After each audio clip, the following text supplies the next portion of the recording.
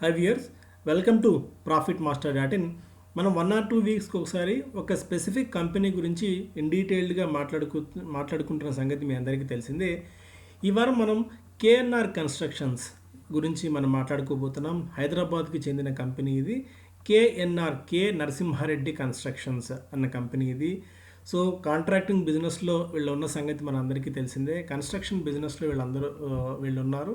Especially highway projects, irrigation and water management, river bridges, urban development, ఇలా వివిధ విభాగాల్లో ఈ కంపెనీ పనిచేస్తుంది.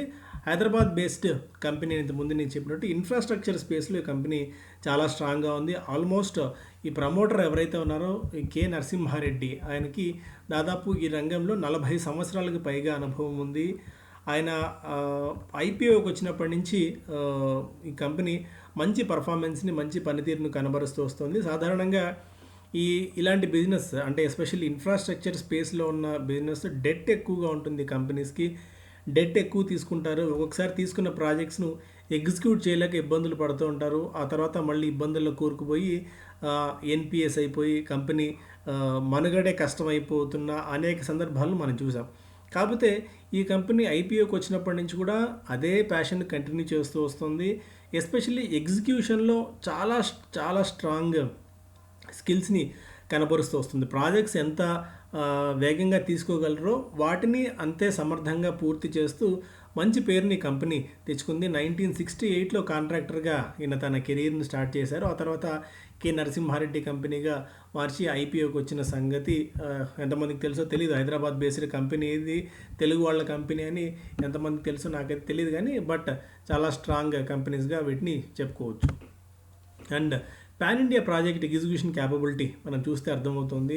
దేశంలో ఎన్ని ప్రాంతాల్లో ఈ కంపెనీ ఈ పాటికి ఎగ్జిక్యూషన్ చేసింది ప్రాజెక్ట్స్ అని చెప్పి, అటు ఉత్తరప్రదేశ్, మధ్యప్రదేశ్, కర్ణాటక, కేరళ, తమిళనాడు, ఆంధ్రప్రదేశ్, ఒడిశా, ఛత్తీస్గఢ్, అస్సాం, అరుణాచల్ ప్రదేశ్, ఇలా దేశంలోని వివిధ ప్రాంతాల్లో తన సామర్థ్యాన్ని కంపెనీ చూపించింది. ఈ పాటికే వీళ్ళు ఈపీసీ అండ్ హ్యామ్ మోడల్స్లో ఉన్నారు. ఈపీసీ అంటే ఇంజనీరింగ్, ప్రొక్యూర్మెంట్, కన్స్ట్రక్షన్. అంటే ఒక ప్రాజెక్ట్ తీసుకొని ఇంజనీరింగ్, ప్రొక్యూర్మెంట్ అండ్ కన్స్ట్రక్షన్ చేస్తారు. తర్వాత బిల్ట్, ఆపరేట్, ట్రాన్స్ఫర్ అంటే ప్రభుత్వం కోసం ఏదైనా ఒక ప్రాజెక్ట్ అంటే ఒక టోల్ రోడ్ తీసుకున్నారు. రోడ్ తీసుకొని బిల్డ్, ఆపరేట్ చేస్తారు, ట్రాన్స్ఫర్ చేస్తారు. అంటే ఇప్పుడు ఒక టోల్ ప్రాజెక్ట్ ఉంది, ఆ టోల్ ప్రాజెక్ట్ తీసుకొని వాళ్ళే నిర్మిస్తారు, తర్వాత వాళ్ళే ఆపరేట్ కూడా చేస్తారు. అంటే ప్రభుత్వంతో కుదుర్చుకున్న ఒప్పందం ప్రకారం ఉంటుంది.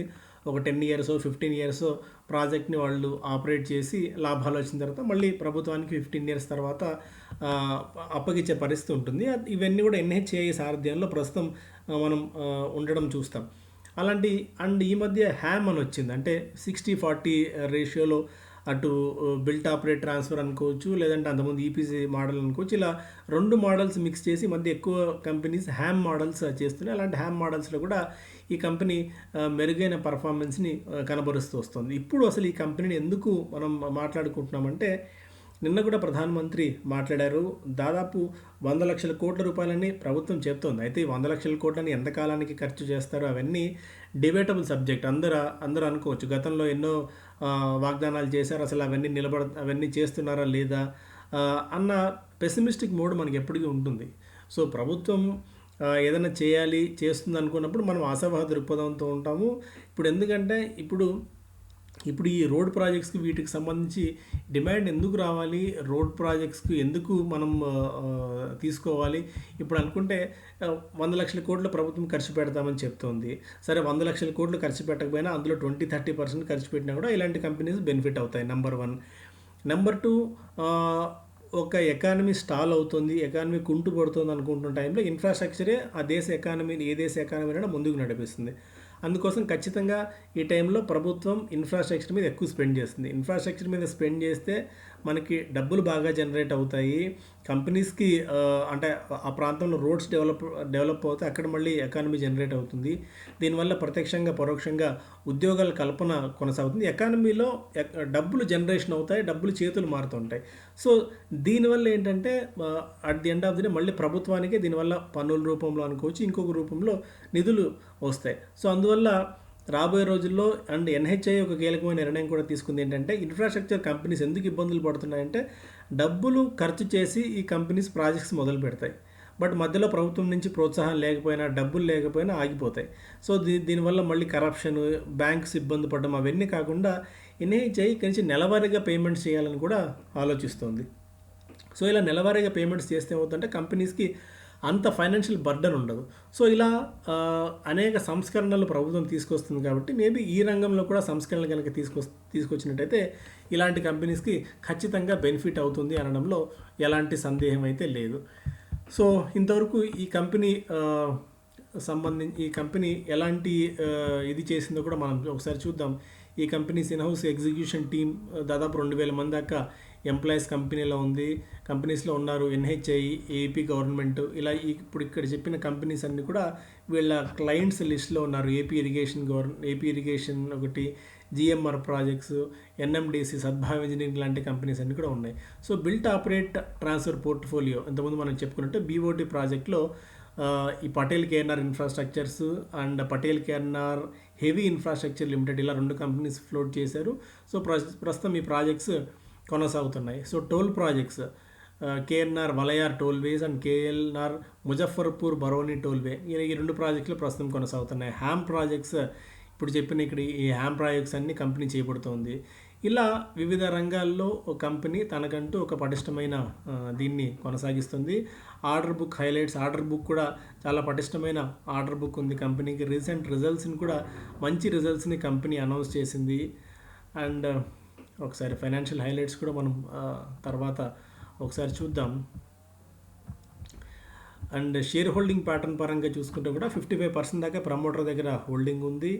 అండ్ మ్యూచువల్ ఫండ్స్, ఈ మధ్యకాలంలో మ్యూచువల్ ఫండ్స్ కూడా కొద్దిగా కంపెనీలో వాటాలు పెంచుకున్నాయి. దానికి సంబంధించి కూడా నేను ఒకసారి డీటెయిల్గా మాట్లాడతాను. కంప్లీటెడ్ ప్రాజెక్ట్స్లో Walayar road project, MP road side Walayar toll plaza, Eturnagaram bridge ఒకటి, ముజఫర్పూర్ బరౌనీ ప్రాజెక్టు, అండర్ కన్స్ట్రక్షన్లో అనేది Salem flyover, river bridge, KP Sagar, ఇలా ఈ ప్రాజెక్ట్స్ అన్నీ కూడా ఇంకా ఉన్నాయి. అండ్ వీళ్ళ దగ్గర ఉన్న ఎక్విప్మెంట్స్ ఒకటి మేజర్, ఎందుకంటే క్యాపిటల్ ఎక్స్పెండిచర్ మళ్ళీ ఏ ప్రాజెక్ట్ పెట్టినా కూడా మళ్ళీ అక్కడ కొత్త ఎక్విప్మెంట్స్ కొనుగోలు చేయాల్సిన అవసరం లేకుండా వీళ్ళకి సొంతంగా కూడా ఎక్విప్మెంట్స్ ఉండడం కూడా కలిసి వచ్చే అంశంగా మనం చెప్పుకోవచ్చు.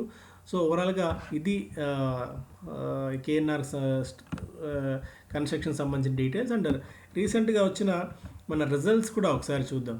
రిజల్ట్స్లో రెవెన్యూలో, ఎందుకంటే మనందరికీ తెలిసిందే కోవిడ్ ఎఫెక్ట్, ఈసారి రెవెన్యూ 6% మనకి తగ్గింది. ఎబిటా +2% పెరిగింది. ఎబిటా మార్జిన్స్ 160 బేసిస్ పాయింట్స్ అంటే 1.6% దాకా ఎబిటా మార్జిన్ ఈసారి Q4లో మనం పెరగడం చూసాం. ఫుల్ ఇయర్ రెవెన్యూ పరంగా చూసినా రెవెన్యూ 5% దాకా పెరిగింది. ఎబిటా 14% దాకా పెరిగితే ఎబిటా మార్జిన్స్ 1.7% దాకా పెరిగాయి. ఇవన్నీ కూడా చాలా పాజిటివ్ అంశాలుగా మనం మాట్లాడుకోవచ్చు. Now let's talk some numbers.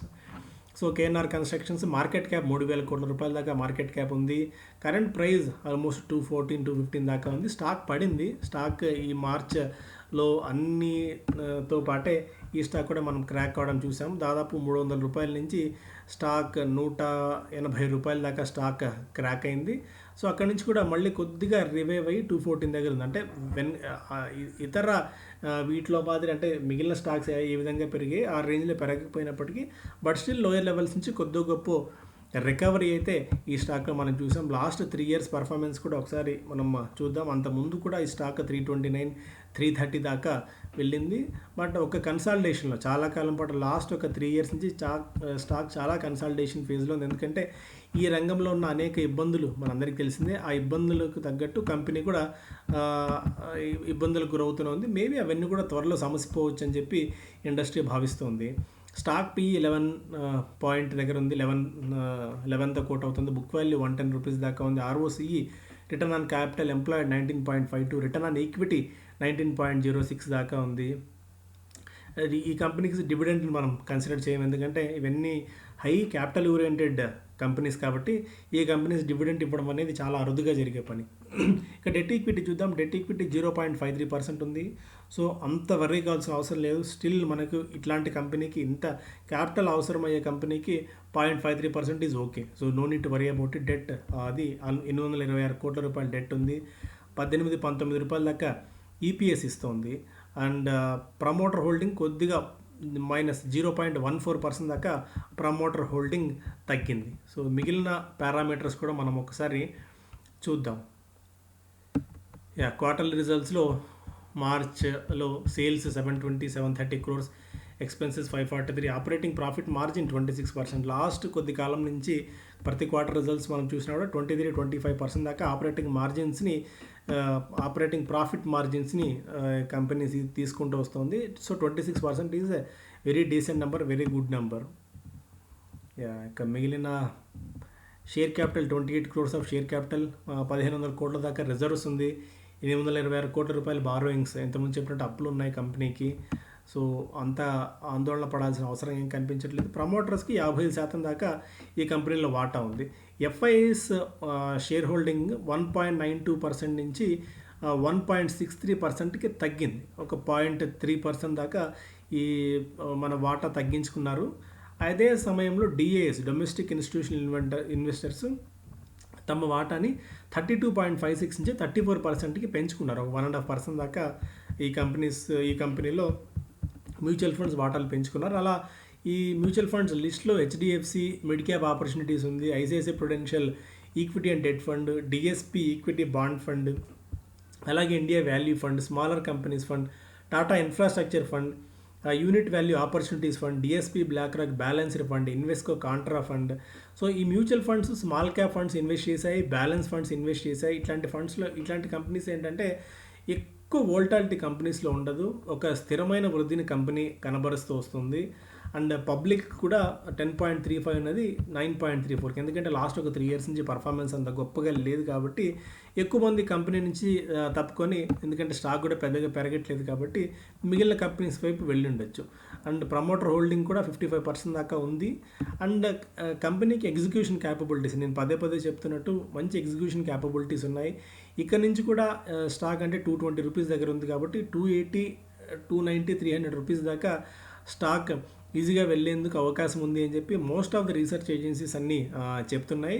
So ఒక అట్లీస్ట్ 1.5 year టైం హొరైజన్ దృష్టిలో పెట్టుకుని, అండ్ ప్రభుత్వం ఏవైతే ఇప్పుడు చెప్తుందో అవన్నీ అనుకున్నట్టయితే, ఎందుకంటే వాళ్ళకి స్ట్రాంగ్ ఎగ్జిక్యూషన్ క్యాపబిలిటీ ఉంది అండ్ మంచి ప్రాజెక్ట్స్ కూడా ఈ కంపెనీల చేతిలో ఉన్నాయి కాబట్టి రాబోయే రోజుల్లో డీసెంట్ పర్ఫార్మెన్స్ని ఈ కేఎన్ఆర్ కన్స్ట్రక్షన్స్ కనబరిచే అవకాశం ఉంది. సో ఇది ఓవరాల్గా ఈ కంపెనీ గురించిన ఇది. అండ్ నెగిటివ్ ఫ్యాక్టర్స్ ఏమున్నాయని అడగచ్చు. సో నెగిటివ్ ఫ్యాక్టర్స్ ఉంటాయి ఖచ్చితంగా, అందులో ఏ కంపెనీకైనా నెగిటివ్ ఫ్యాక్టర్స్ ఉంటాయి.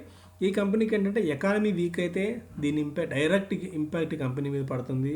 అండ్ ఏమాత్రం కొద్దిగా అనుకున్నట్టుగా ప్రభుత్వం నుంచి ఎవరైతే ప్రాజెక్ట్స్ అసైన్ చేస్తారో వాళ్ళు డబ్బులు ఇవ్వకపోయినా దాని ఇంపాక్ట్ పడుతుంది. అండ్ ఇంట్రెస్ట్ బర్డెన్ పెరుగుతుంది, పరోక్షంగా మార్జిన్స్ మీద కూడా ఇంపాక్ట్ ఉంటుంది. కాబట్టి ఆ రిస్క్ అయితే ఎప్పటికీ ఉంటుంది. సో అనుకున్న దానికి తగ్గట్టు ప్రాజెక్ట్ హ్యాండ్ ఓవర్ చేయలేకపోయినా దాని ఇబ్బందులు ఈ కంపెనీ మీద ఉంటాయి. సో ఉన్న రిస్క్ అంటే ఇంజనీరింగ్ ఆర్ కన్స్ట్రక్షన్ రంగంలో ఏవైతే రొటీన్ రిస్క్ ఉంటాయో ఆ రిస్క్ ఈ కంపెనీ కూడా ఉంటాయి కాబట్టి వాటిని కూడా మనం పరిగణలోకి తీసుకోవచ్చు. సో డిప్స్ వచ్చినప్పుడు ఖచ్చితంగా ఈ కంపెనీని మనం అక్వైర్ చేసుకోవచ్చు, లాంగ్ టర్మ్ హొరైజన్ దృష్టిలో ఉంచుకుంటే మాత్రమే. ఎందుకంటే ఇలాంటి ఇన్ఫ్రాస్ట్రక్చర్ కంపెనీస్ రోజులోనో, నెల రోజునో, 15 రోజుల్లోనో అద్భుతాలు జరిగిపోవు ఇలాంటి కంపెనీస్లో. ఎందుకంటే ఇది ఒక లాంగ్ టర్మ్ జెస్టేషన్ పీరియడ్ ఉన్న ప్రాజెక్ట్స్ ఉంటాయి కాబట్టి. ఎందుకంటే ఒక ప్రాజెక్ట్ తీసుకుంటే ఆ ప్రాజెక్ట్ని తీసుకొని మళ్ళీ వీళ్ళు అమలు చేసి ఎవరైతే అసైన్ చేస్తారో వాళ్ళకి ఇవ్వడానికి అట్లీస్ట్ ఒక 2 నుంచి 3 years దాకా టైం పడుతుంది. సో ఇవన్నీ లాంగ్ జెస్టేషన్ పీరియడ్ ప్రాజెక్ట్స్ ఉంటాయి కాబట్టి మనకు కూడా అదే స్థాయిలో ఓపిక ఉంటే మాత్రమే ఈ స్టాక్ని మనం కన్సిడర్ చేయొచ్చు. సో ఇది ఇవాళ మనకి కేఎన్ఆర్ కన్స్ట్రక్షన్కి సంబంధించిన డీటెయిల్డ్ రిపోర్ట్. సో మరొక వారం మరొక స్టాక్లో డీటెయిల్డ్ స్టాక్ సంబంధించి రిపోర్ట్లో మళ్ళీ కలుద్దాం.